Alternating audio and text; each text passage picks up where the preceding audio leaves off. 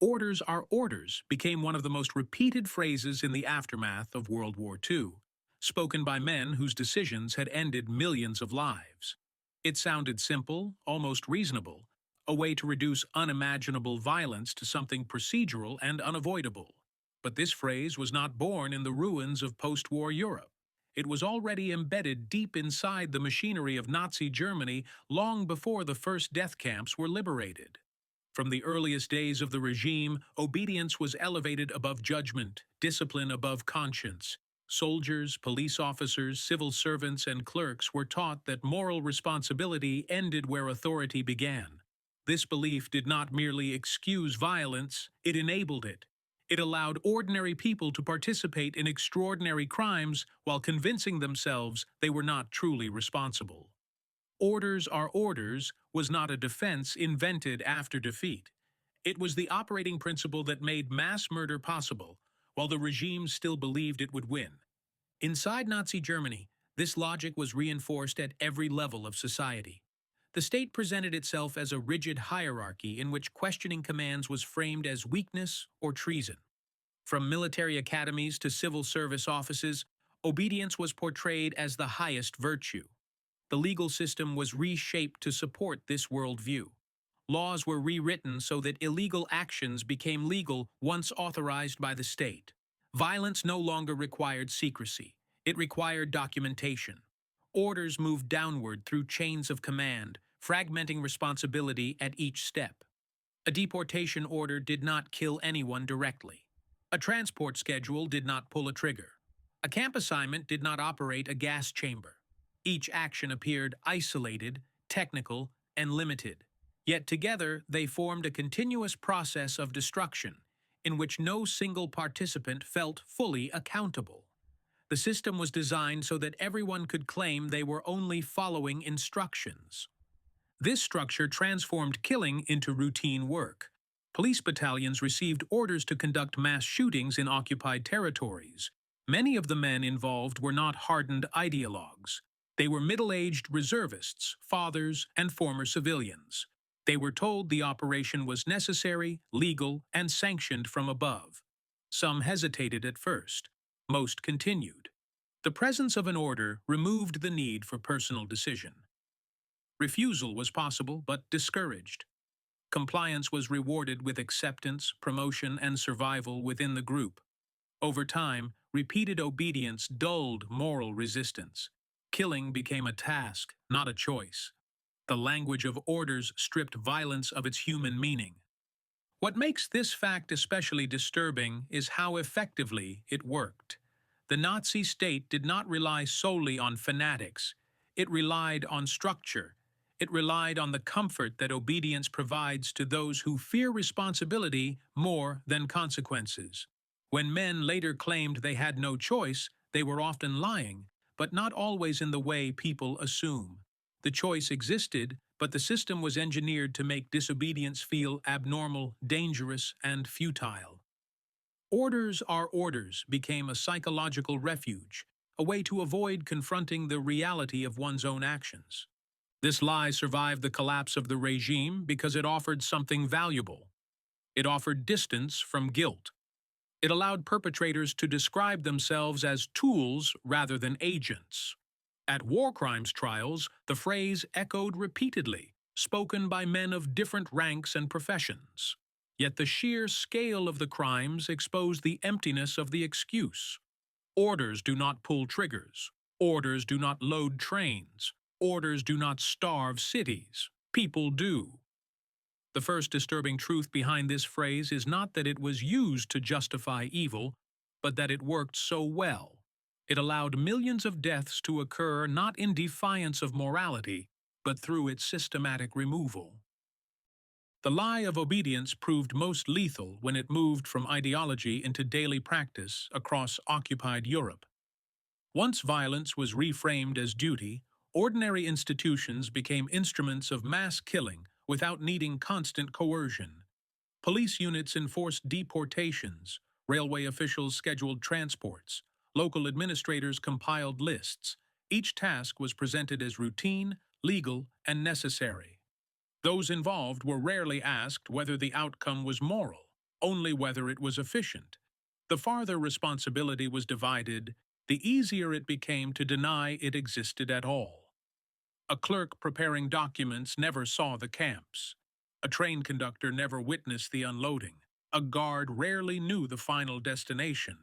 This fragmentation allowed participants to tell themselves they were not responsible for what happened next. They were only performing a function assigned to them. Violence was no longer an act. It was a process. On the ground, this mentality proved devastating. In occupied territories, mass executions were often carried out by units who had received clear orders from above and reassurance that their actions were sanctioned. Many perpetrators later testified that they felt trapped between obedience and punishment. Yet historical records show that refusal was possible and often carried little consequence. Men who stepped aside were rarely executed. Some were reassigned, others were simply ignored. The real pressure came not from direct threat, but from conformity. Disobedience marked a man as unreliable, weak, or disloyal. It disrupted group cohesion. Most chose compliance, not because they were forced, but because obedience felt safer than moral isolation. The phrase, "orders are orders," became a social shield, protecting individuals from standing out as much as from guilt.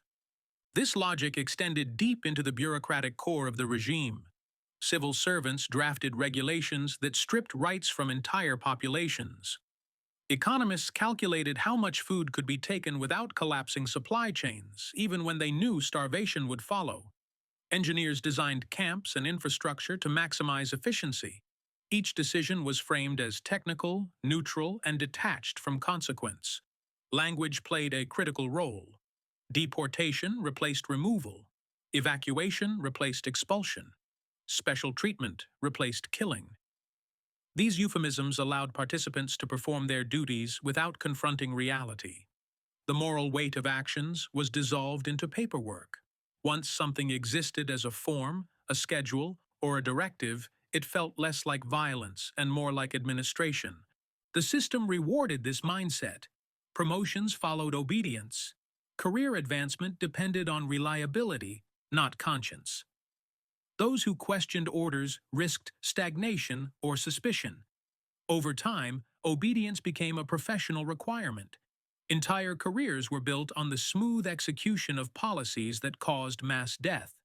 The more efficiently someone performed their role, the further they advanced. Responsibility became invisible precisely because success depended on not acknowledging it. The lie sustained itself through incentives rather than fear. After the war, this structure became the foundation of countless defenses. Defendants described themselves as functionaries. They emphasized their limited authority, narrow scope, and lack of direct involvement. They spoke of hierarchy, necessity, and discipline. Yet this explanation ignored the truth revealed by the system itself. The crimes of Nazi Germany did not require extraordinary individuals.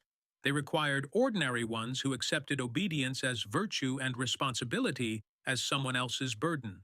Orders are orders worked not because people were powerless, but because the system trained them to believe that power absolved them. This second truth exposes why the lie endured for so long. It did not depend on blind fanaticism. It depended on normal human tendencies: fear of isolation, desire for stability, and trust in authority. By exploiting these instincts, the regime transformed participation in atrocity into a matter of routine. The most disturbing aspect is not that some people obeyed orders. It is that so many did so willingly, convinced that obedience itself was a moral act. That belief turned everyday work into mass murder, without requiring constant brutality or ideological zeal. The lie did not collapse under scrutiny. It flourished because it felt reasonable, safe, and socially acceptable. The collapse of Nazi Germany did not immediately dismantle the lie of obedience. Instead, it carried over almost seamlessly into courtrooms, interrogations, and post-war testimonies. As Allied investigators began uncovering the scale of the crimes, they encountered the same phrase again and again: orders are orders. It was spoken by camp guards, police officers, administrators, doctors, and generals. Rank made little difference. The phrase functioned as a universal shield, suggesting that individual agency had been suspended by hierarchy. Yet the trials that followed exposed a critical contradiction. If everyone had merely obeyed orders, then no one had truly acted. And if no one had acted, then the crimes themselves became impossible to explain. The legal proceedings forced the world to confront an uncomfortable truth. The system could not operate without countless individual decisions. Orders alone were insufficient. Someone had to choose to carry them out. During the Nuremberg trials and subsequent prosecutions, evidence dismantled the claim that obedience removed responsibility. Documents revealed initiative, enthusiasm, and competition among perpetrators. Many went beyond what was explicitly ordered. Some improved methods, others accelerated processes. Guards volunteered for additional duties. Administrators refined procedures to increase efficiency. Doctors designed experiments rather than simply following instructions. These actions exposed the lie at the heart of the defense. Obedience had not replaced choice, it had disguised it. The structure of authority provided cover, but it did not eliminate agency. Courts began rejecting the argument that following orders excused participation in crimes against humanity. This marked a turning point in international law. For the first time, obedience was no longer accepted as a defense for mass murder. Yet even as the legal system challenged the lie, it persisted socially and psychologically. Many perpetrators returned to civilian life, reintegrating into societies that were eager to rebuild rather than confront the past. The narrative of obedience offered a convenient path to normalization. It allowed individuals to distance themselves from their actions without denying them outright. They had not acted out of malice. They had acted out of necessity. This framing shifted blame upward toward abstract authority and away from personal decision-making. In doing so, it softened moral reckoning. The lie adapted to peacetime, becoming less about survival and more about self-preservation. This persistence mattered because it shaped how societies remembered the crimes. If atrocities were the result of blind obedience, then responsibility belonged to a small group of leaders. Everyone else became a passive participant, swept along by forces beyond their control. This narrative reduced the number of perpetrators and expanded the category of victims. It made reconciliation easier, but truth harder. Historical research over the decades has steadily challenged this view, revealing how widespread participation truly was. The lie did not merely excuse individuals, it distorted collective memory. The trials also revealed another uncomfortable reality. Many perpetrators genuinely believed their defense. Years of conditioning had trained them to equate obedience with virtue. They had internalized the idea that morality flowed downward from authority. Questioning orders felt immoral. Loyalty felt righteous. When confronted with the consequences of their actions, they experienced confusion rather than remorse. The system had not only organized their behavior, it had reshaped their moral framework. This psychological transformation explains why the lie endured even after exposure. It was not just a strategy, it was a belief. By challenging orders are orders, the post-war world attempted to reassert a fundamental principle: that individuals are responsible for their actions, regardless of authority. This principle now underpins modern concepts of war crimes and crimes against humanity. Yet its necessity reveals how fragile it is. The lie required an entire legal and moral reckoning to dismantle, and even then, it never fully disappeared. It survived in quieter forms, embedded in excuses, omissions, and selective memory. The exposure of the lie was essential, but it was not final. The belief that obedience absolves responsibility remains one of the most dangerous ideas modern societies continue to struggle against. The danger of the phrase, "orders are orders," did not end with the fall of Nazi Germany. It survived because it addresses a deep human instinct, the desire to transfer responsibility upward when consequences become unbearable. World War II exposed this instinct in its most extreme form, but it did not create it. What the Nazi system demonstrated was how easily obedience could be reframed as morality, and how quickly individuals could be trained to see compliance as virtue rather than choice. The lesson was not confined to one regime or one era. It revealed a structural vulnerability present in all hierarchical systems. When authority is treated as moral cover, individuals begin to believe that responsibility dissolves the moment an order is given. This belief does not require dictatorship to function. It only requires institutions that reward compliance and discourage questioning. The events of World War II forced the world to confront how catastrophic this mindset can become when paired with ideology and power. This is why the rejection of the obedience defense became so central after the war. The principle that following orders does not absolve responsibility was meant to serve as a safeguard against future atrocities.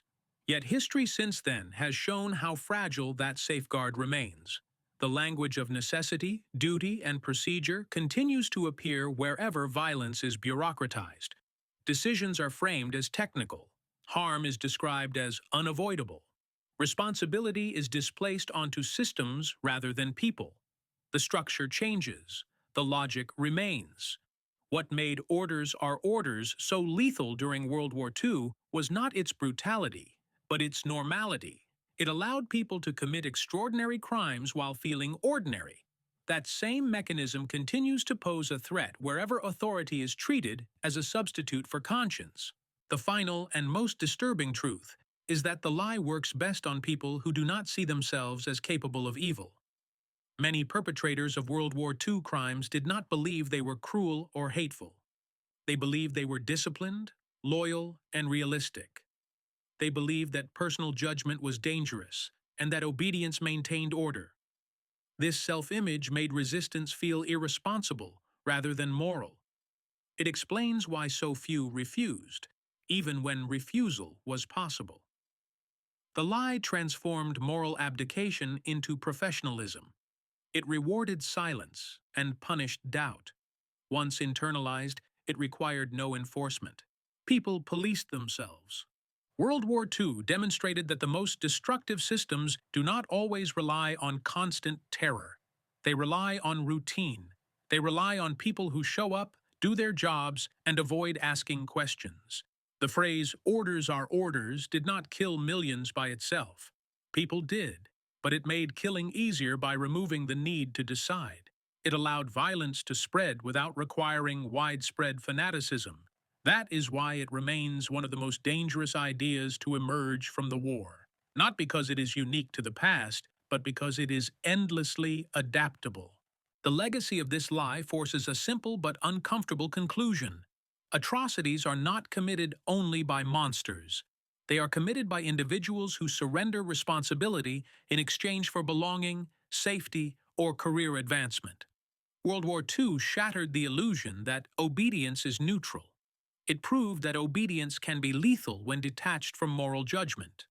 The refusal to accept orders are orders as a defense was one of the war's most important outcomes. But it was not a permanent victory. It is a standard that must be continually defended. This is why the story does not end with trials or verdicts. It ends with a warning. Systems do not commit crimes. People do. Authority does not erase responsibility. It tests it. The lie that killed millions in World War II was never about orders alone. It was about the willingness to believe that obedience could replace conscience. That belief remains dangerous wherever it appears because it offers something deeply tempting. It offers relief from responsibility. History shows us the cost of accepting that relief.